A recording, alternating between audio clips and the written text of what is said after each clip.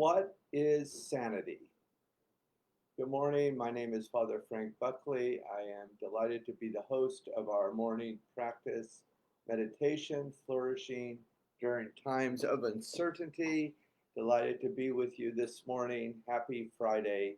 Today is going to be a great day. This is a three-part program where the first part, before we begin meditation, we start with a little inspiration. The second part is the heart of the program where we give the first 20 minutes of our morning to God. We just sit down, turn the gaze inwards, and experience the miracle of being alive. And then the third part is, rather than jumping up to start our day, we do a little Ignatian Jesuit examine where we look at where God has come alive for us in the last 24 hours. And one of the central parts of this program is building meaningful community. So feel free to say hello, tell us where you're from, or where God's come alive for you in the comment boxes on Facebook. So this morning, it's Friday, we're getting ready for the weekend. I thought I would share for inspiration from one of my heroes, Dr. Gerald May, who's written several books, but this little book has really caught my heart many years ago, and I return to it from time to time just to get my grounding again, to stand on solid ground. And he really spent his whole life looking at addressing from a spiritual perspective and a biopsychosocial perspective, what is sanity? And this is what Dr. Gerald May has to say.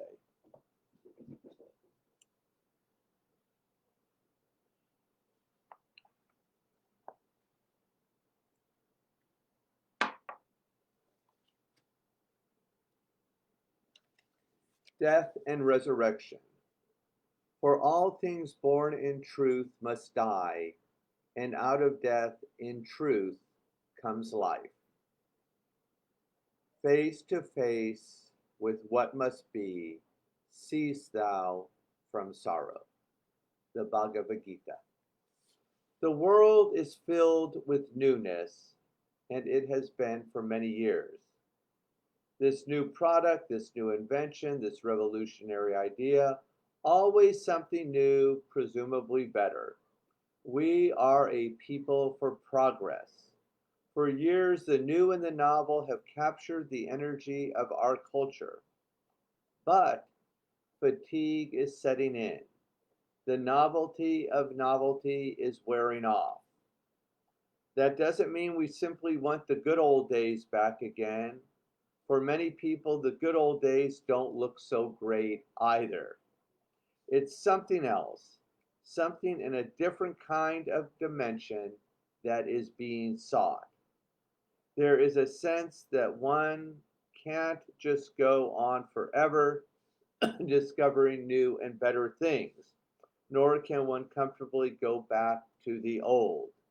There is a new desire for some kind of attitude, some way of perceiving existence, which undercuts and undergirds both the old and the new. Something giving meaning to the old and the new. Something giving meaning to us.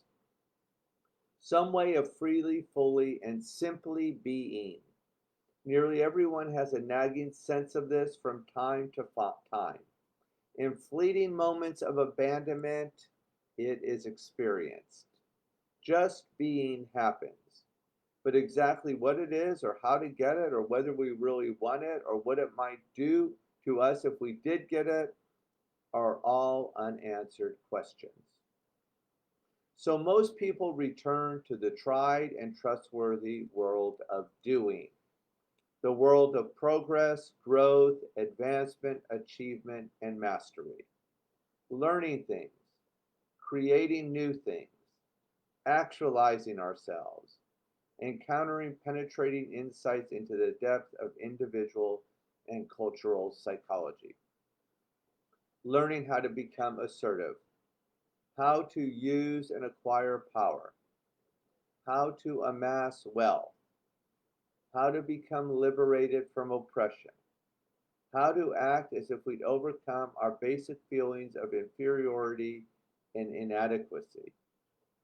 We practice hard and become proficient at the games of politics, management, economics, security, morality, social fitness, and human relations. And we become very good at it all. But if by chance we have a moment with nothing to do, if by mistake we get just a little quiet for a while, the nagging sense comes back, and sanity speaks in those moments.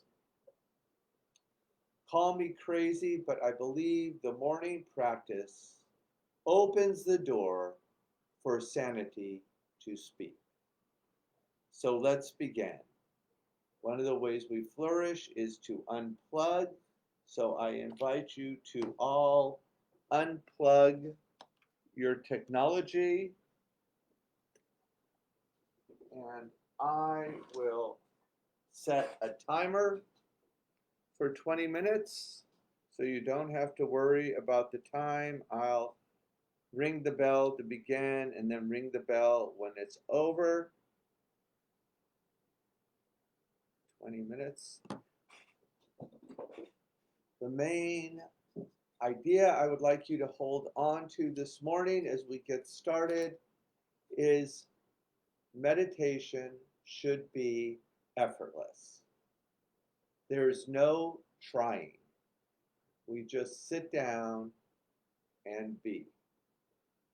So I invite you to take your shoes off, plant your feet on the green earth,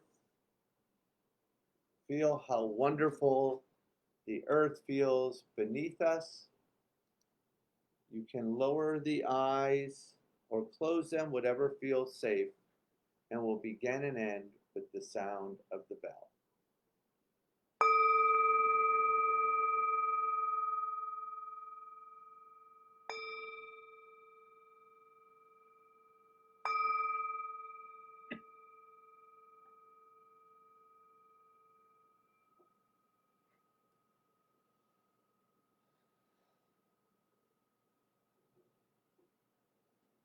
Listen, listen. The sound of this beautiful bell brings us back to our true home. As always, we begin with diaphragmatic breathing to ground the body. Breathing deeply as possible into the lower belly. You can hold your belly if you'd like. We'll breathe in through the nose and out through the mouth. Together as a community, inhale and exhale. Beautiful. 2 more times. On the exhale, let the shoulders drop. Inhale and exhale. Last time. Inhale and exhale. Continue to breathe on your own. Take the attention to the body. We always start with the feet. Feel the feet pressed on to the green earth, our mother, and experience her support.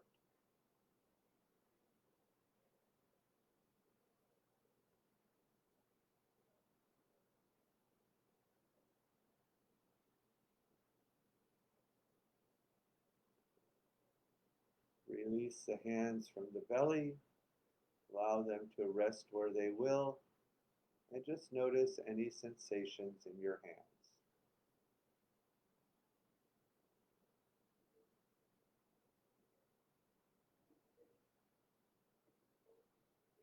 Relax the shoulders.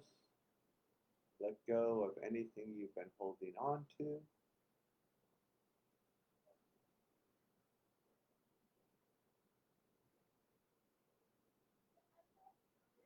Take the attention to the heart. See if you can come up with something for which you're grateful for this morning and name it in one word.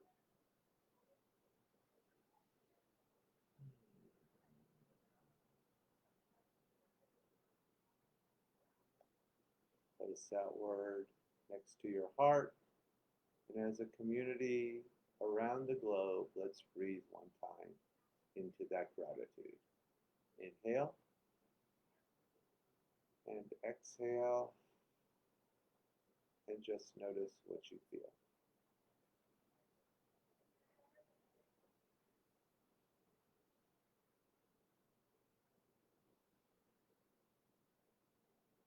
Finally, we arrive at the forehead, the area between the eyebrows, the seat of intuition, and we focus on an intention for this morning's practice.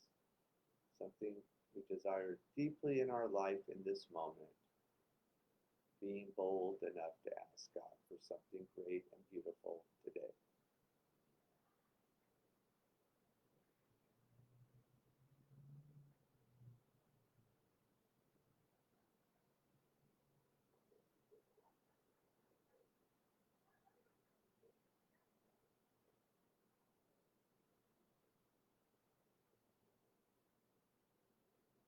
We'll seal the intention with an inhale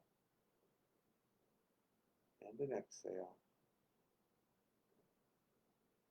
We set the intention, and now we focus on our attention to the breath.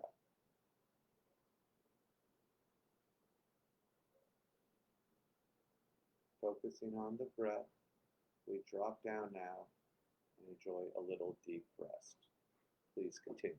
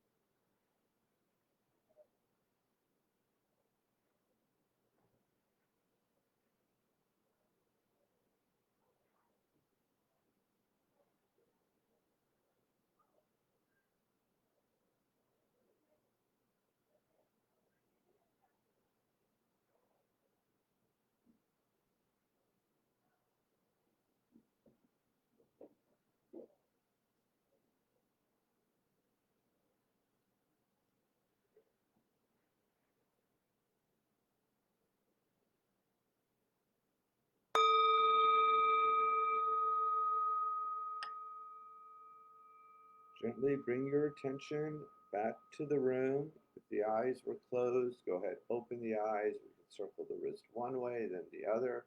We can circle the shoulders, reverse the train. Good. Shake out anything you've been holding on to. Get ready for the weekend. I have a strong suspicion it's going to be a really good weekend. So this is the third part of the program where we move on to the Jesuit Ignatian Examen, and we just noticed where God's come alive recently. I'll share mine with you. Feel free to share yours in the comment boxes. So I absolutely loved the reading by Gerald May in the book Simply Sane. It reminded me so much of something Anthony DeMello would say.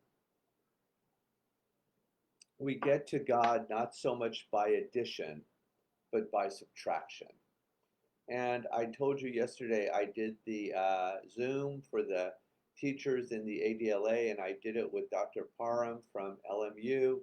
And he had a beautiful mantra that he invites his students to say and the people that he coaches. And it is just simply this: I am whole, wonderful, and special today, and I have always been that way. Let's try to say it all together. I am whole, wonderful, and special today, and I have always been that way. It really gives you a good feeling inside. He invited the teachers to practice this mantra and to invite the students to do the same. So that was one of the benefits I got out of the Zoom meeting where I presented the other day. Second thing that went well was yesterday was our Flourishing and Recovery group for people living on the streets, and it was a really just amazing group. It's one of the highlights of my week, that even in the middle of the pandemic, for people who are struggling and living on the streets, that they're actually slowly but surely putting together a little recovery in their lives, and it's giving meaning to them. And then last but not least, I love Fridays, joining all of you. And I know you can probably, I try to put on mute for the meditation, but if you hear voices in the background, it's volunteers from all over Los Angeles who come to the center, and Chris organizes all these volunteers, and they provide peanut butter and jelly sandwiches, healthy snacks, drinks for the people in Hollywood who are living on the streets, the people who will come to the food pantry tomorrow. On Saturday morning, when I walk in, I open the refrigerator, and Chris just has it stacked with plethora of sandwiches and meat sandwiches, and then peanut butter and jelly sandwiches, so people get a choice. And then I head over to the food pantry, and Nancy has fresh fruits and vegetables, and Bob's got a cooler full of ice and water and drinks. So it's a little taste of heaven on earth. It's been a really beautiful week spending it with you each morning and doing our morning practice. I continue to assert that it's the most important thing we do during the day and in our lives. When we have a morning practice, it determines how everything else unfolds. Who could ask for anything more? God bless you. Have a beautiful weekend.